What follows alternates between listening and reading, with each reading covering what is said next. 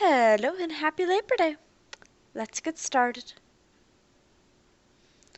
Chapter 10 Birth of the Space Ranger. David waited. There was no use in speaking to empty air. Presumably the entities who had built the caverns and who could so immobilize him in so immaterial a fashion would be perfectly capable of playing all the cards. He felt himself lift from the ground and slowly tip backward until the line of his body was parallel with the floor. He tried to crane his head upward, but found it to be nearly immovable. The bonds were not so strong as those which had tightened about his hands, but it was rather like a harness of velvety rubber that gave, but only so far. He moved inward smoothly. It was like entering warm, fragrant, breathable water. As his head left the airlock, the last portion of his body to do so, a dreamless sleep closed over him. David Starr opened his eyes with no sensation of any passage of time, but with the sensation of life nearby. Exactly what form that sensation took he could not say. He was first conscious of the heat. It was that of a hot summer day on earth. Second, there was the dim red light that surrounded him and that scarcely sufficed for vision. By it he could barely make out the walls of a small room as he turned his head. Nowhere was there motion, nowhere life. And yet somewhere near there must be the working of a powerful intelligence. David felt that in a way he could not explain. Cautiously he tried to move his hand, and it lifted without hindrance. Wonderingly he sat upright, and found himself on a surface that yielded and gave, but whose nature he could not make out in the dimness. The voice came suddenly. "The creature is aware of the surroundings." The last part of the statement was a jumble of meaningless sound. David could not identify the direction from which the voice came. It was from all directions and no direction. A second voice sounded. It was different, though the difference was a subtle one. It was gentler, smoother, more feminine somehow. "Are you well, creature?" David said, "I cannot see you." The first voice, David thought of it as a man's, sounded again. "It is then as I told." Again the jumble. "You are not equipped to see mind." The last phrase was blurred, but to David it sounded like "see mind." "I can see matter," he said, "but there is scarcely light to see by." There was a silence, as though the two were conferring apart, and then there was the gentle thrusting of an object into David's hand. It was his flashlight. "Has this," came the masculine voice, "any significance to you with regard to light?" "Why, certainly. Don't you see?" He flashed it on and quickly splashed the light beam about himself. The room was empty of life and quite bare. The surface he rested upon was transparent to light, and some 4 feet off the ground. "It is as I said," said the feminine voice excitedly. "The creature's sight sense is activated by shortwave radiation." "But most of the radiation of that instrument is in the infrared. It was that I judged by," protested the other. The light was brightening even as the voice sounded, turning first orange, then yellow, and finally white. David said, "Can you cool the room too?" "But it has been carefully adjusted to the temperature of your body." "Nevertheless, I would have it cooler." They were cooperative at least. A cool wind swept over David, welcome and refreshing. He let the temperature drop to 70 before he stopped them. David thought, "I think you are communicating directly with my mind. Presumably that is why I seem to hear you speaking international English."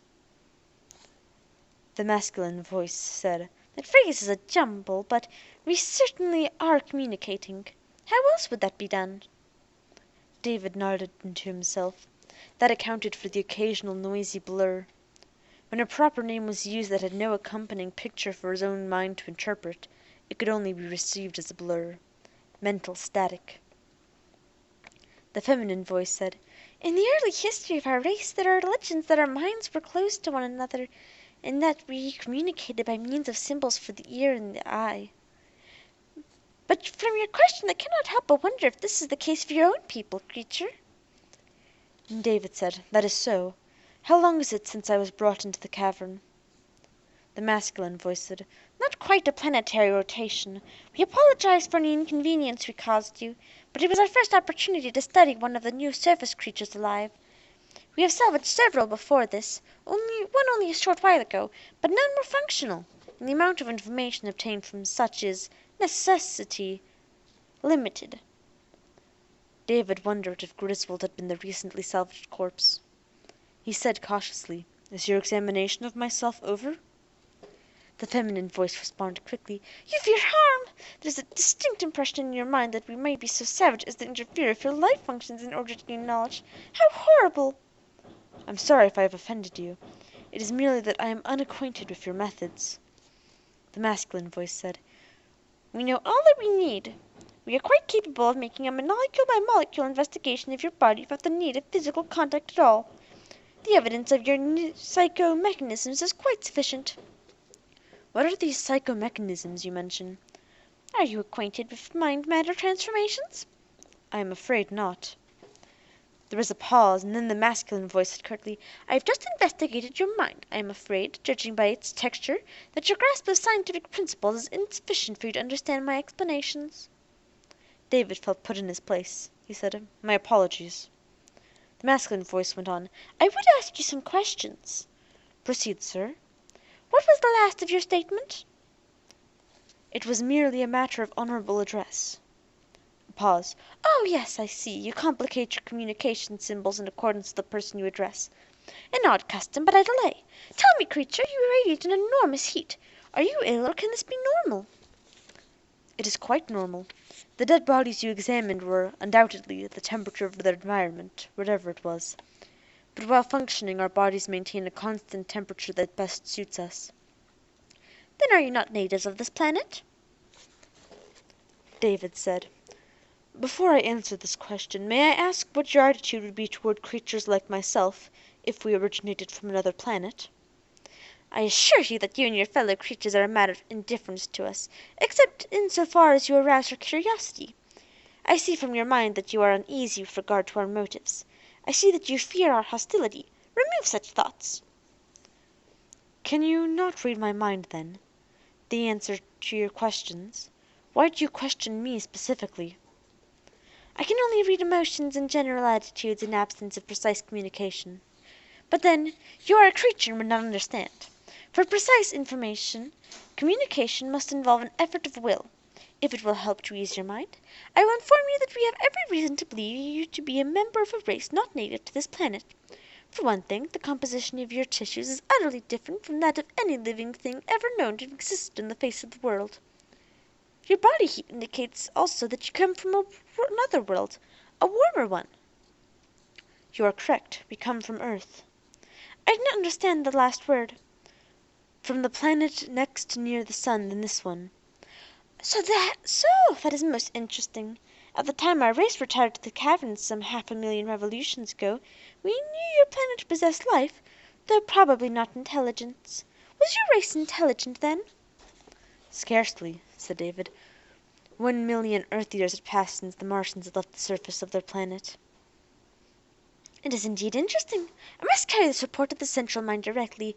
Come, let me remain behind. I would like to communicate further with this creature." "As you please," the feminine voice said. "Tell me of your world." David spoke freely. He felt a pleasant, almost delicious languor. Suspicion departed, and there was no reason he could not answer truthfully and in full. These beings were kind and friendly. He bubbled with information. And then she released her hold on his mind, and he stopped abruptly. Angrily he said, "What have I been saying?" "Nothing of harm," the feminine voice assured him. "I have merely repressed the inhibitions of your mind. It is unlawful to do so, and I would not have dared to do it if M'nyange were here. But you are only a creature, and I am so curious. I knew that your suspicion was too deep to let you talk without a little help from you, and your suspicion is still misplaced. We would never harm you creatures, as long as you do not intrude upon us." "We have already done so, have we not?" asked David. "We occupy your planet from end to end." "You are still testing me. You mistrust me. The surface of the planet is of no interest to us. This is home. And yet The feminine voice seemed almost wistful. "There must be a certain thrill in traveling from world to world. We are well aware that there are many planets in space and many suns. To think that creatures like yourself are inheriting it all that. It is so interesting that I am thankful again and again that we sensed you making your clumsy way down toward us in time to make an opening for you." "What?" David could not help but shout, although he knew that the sound waves his vocal cords created were unheeded, and that only the thoughts of his mind were sense. "You made that opening?" "Not I alone. Reardon helped. That is why we were given the chance to investigate you." "But how did you do it?" "Why, by willing it." "I don't understand." "But it is simple. Can you not see it in my mind? Oh, but I forget you are a creature. You see, when we retired to the caverns we were forced to destroy many thousands of cubic miles of matter to make space for ourselves under the surface. There was nowhere to store the matter as such, so we converted it to energy and No, no, I don't follow you. You don't understand? In that case, all I can say is that the energy was stored in such a way that it could be tapped by an effort of the mind." But if all the matter that was once in these vast caverns were converted into energy, "There would be a great deal, certainly. We have lived on that energy for 500,000 revolutions, and it is calculated that we have enough for 20,000,000 more revolutions.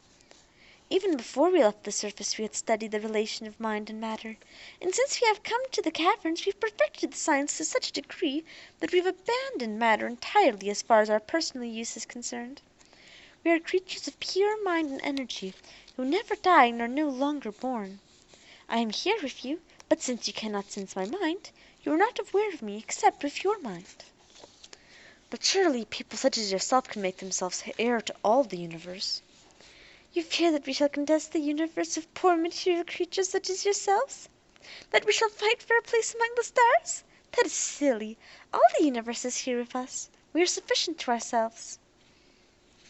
David was silent.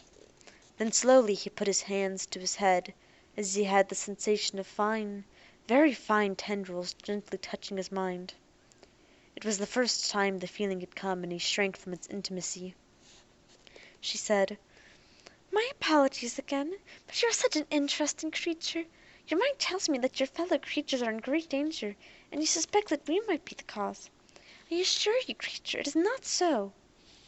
She said it simply. David had no course but to believe.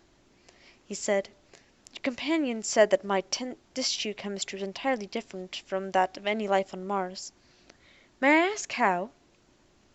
"It is composed of nitrogenous material." "Protein," explained David. "I don't understand that word." "What are your tissues composed of?" "Of is entirely different. There's practically no nitrogen in it." "You could offer me no food, then?" "I'm afraid not, but any organic matter of our planet would be quickly poisonous to you. We could manufacture simple compounds of your life type that you might feed on, but the complex nitrogenous material that forms the bulk of your tissue is quite beyond us without much study. Are you hungry, creature?" There was no mistaking the sympathy and concern in her thoughts. David persisted in thinking of it as a voice. He said, "For a moment I still have my own food." The feminine voice said, "It seems unpleasant for me to think of you simply as a creature. What is your name?" Then, as though she feared she might not be understood, "How do your fellow creatures identify you?" "I am called David Starr." "I don't understand that, except there seems to be a reference to the suns of the universe. Do they call you that because you are travelers through space?" "No, many of my people travel through space. Starr has no particular meaning at present. It is simply a sound to identify me, as your names are simply sounds. At least they make a picture. They make no picture. I cannot understand them." "What a pity! You should have a name which would indicate your travels through space, the way in which you range from one end of the universe to the other. If I were a creature such as yourself, it would seem to me that it would be fitting I should be called Space Ranger." And so it was that from the lips of a living creature he did not see, and could never see in its true form, David Starr heard, for the first time, the name by which, eventually, all the galaxy would know him. And that's the end. I hope you all have a fantastic Labor Day. And that's about it. Bye!